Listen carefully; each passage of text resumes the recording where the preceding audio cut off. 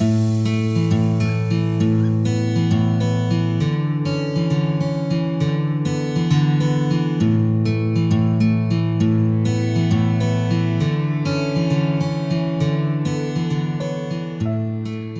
back to Vietnam Insights. I'm Adam Correll. I'm Matthew Lowry. Today we're going to look at managing and planning new businesses in Vietnam.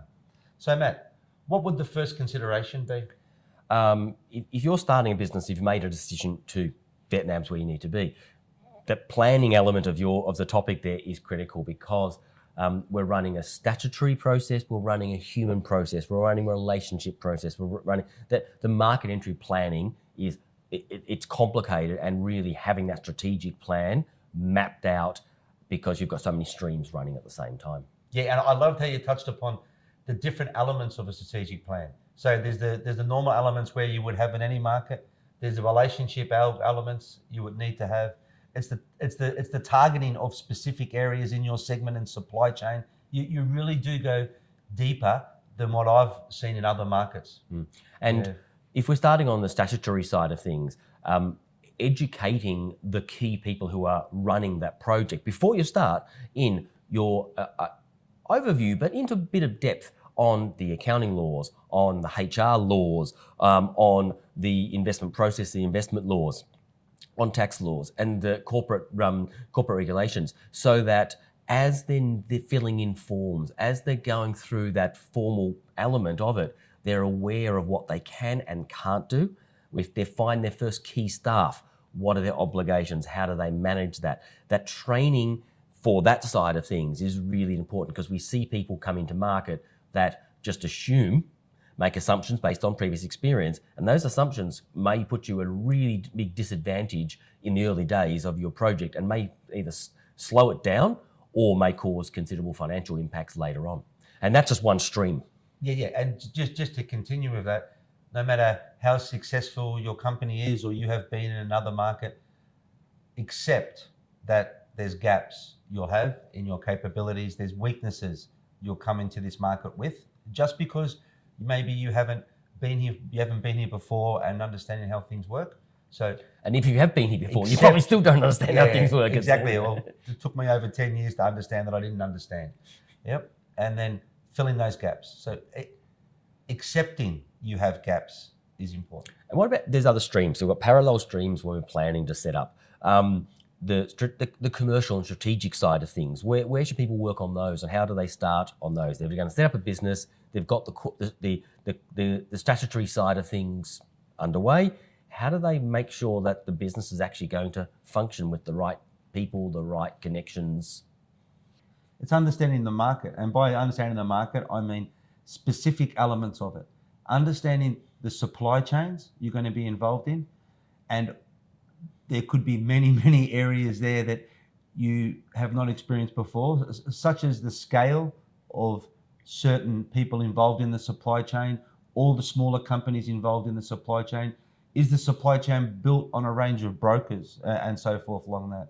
Specific targets, so you have the big blanket approach which you'll use when you're exploring the market and trying to understand the market. But by the time you're engaging in the market, you should be in place to have specific targets in the market that you're going to invest your time and resources in to do business with. So the market entry strategy, which is what you do in any new market, understanding competitors, understanding customers, understanding the market nuances and who the key players are, and again, then going deep.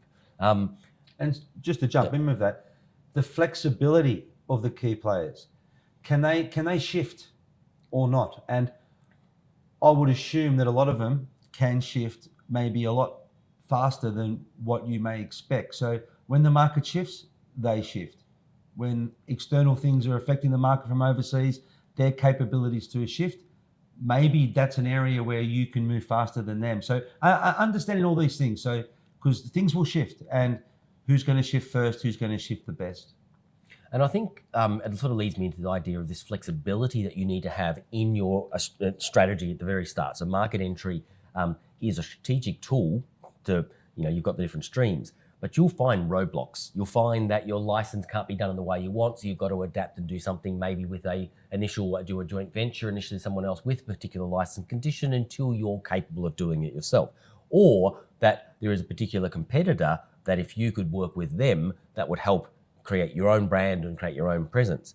I've got an example recently where I saw a market entry from a particular regulated sector make a big announcement, talk to have press conference and have a whole launch session about their new business in Vietnam before they'd actually gone through the licensing process. And because of those announcements, the authorities are unlikely to give them the license that they need because they didn't plan it. They didn't understand the nuances of that sector, but Vietnam business. They're in other markets, they've gone, we're now in Vietnam. Not the way they want to be in Vietnam, and that's going to be a major, major challenge. So that flexibility of not assuming and not having to do anything the same way you've done in other markets. Yeah. And that's talking to experts, talking to commercial, talking to licensing, to planning, and the relationships, because sometimes they can be managed with relationships. Yep, definitely.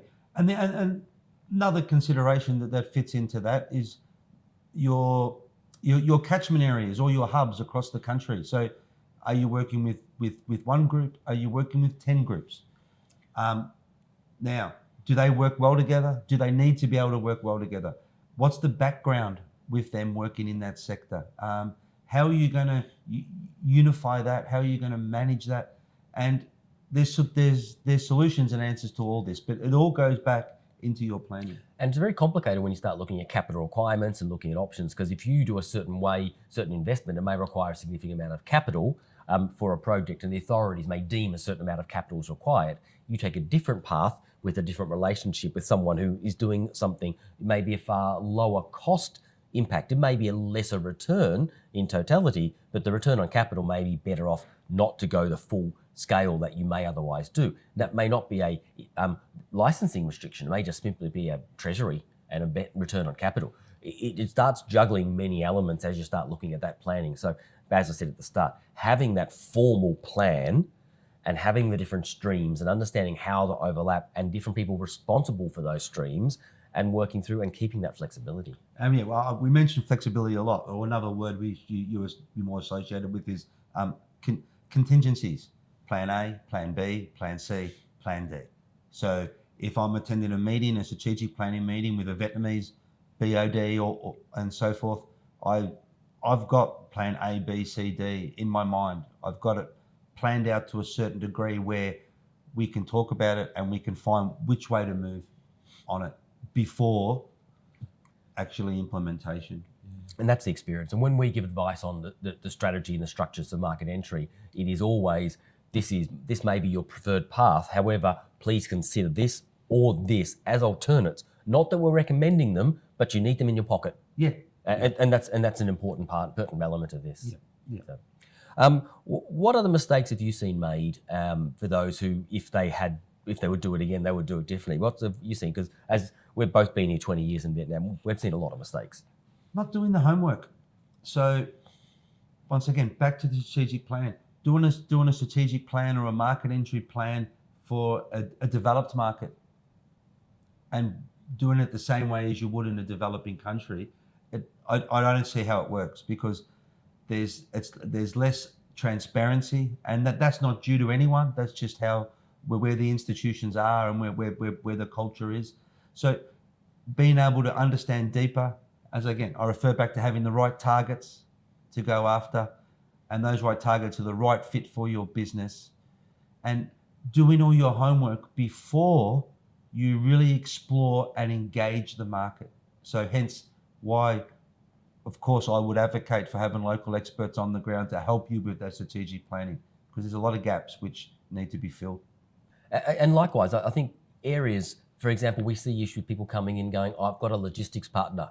And when they actually look, they need a logistics partner in every province because it's a retail good, and the retail distribution process in Vietnam is very fragmented for certain areas, and so these assumptions that you make based on a developed market process doesn't always work. And really understanding the sector, understanding the nuances of what they're trying to achieve. It's fine to open an office in Ho Chi Minh City and assume that that's going to work for the whole country. Ho Chi Minh City is not the whole country. Hanoi is not the whole country. They're important hubs, but Vietnam is is a unique place. It's majority rural. It's not majority urban. Yet, I think a lot of people come in and spend some time in the urban areas and assume that's Vietnam. Now, depending on your market, that may be fine, but the assumptions can sometimes get you unstuck. And that's a great example where, once again, I'll come back to not planning enough. So yeah, Vietnam has 3 major markets: Ho Chi Minh City, Da Nang, Hanoi. There's 11 more before 2030. What are those 11 markets? How are you going to engage those markets? Those markets have huge populations. Their incomes are going to grow substantially. Is that part of your business plan? Or are you going to be stuck in the 3 current ones at the moment? And that may be fine. You may say 3's all I need, but that's got to be a conscious decision, not just an accidental decision in practice. So I might leave it there, Adam. I appreciate your time and great to talk to you again, and look forward to the next episode. I'm Matthew Lowry. And I'm Adam Coram.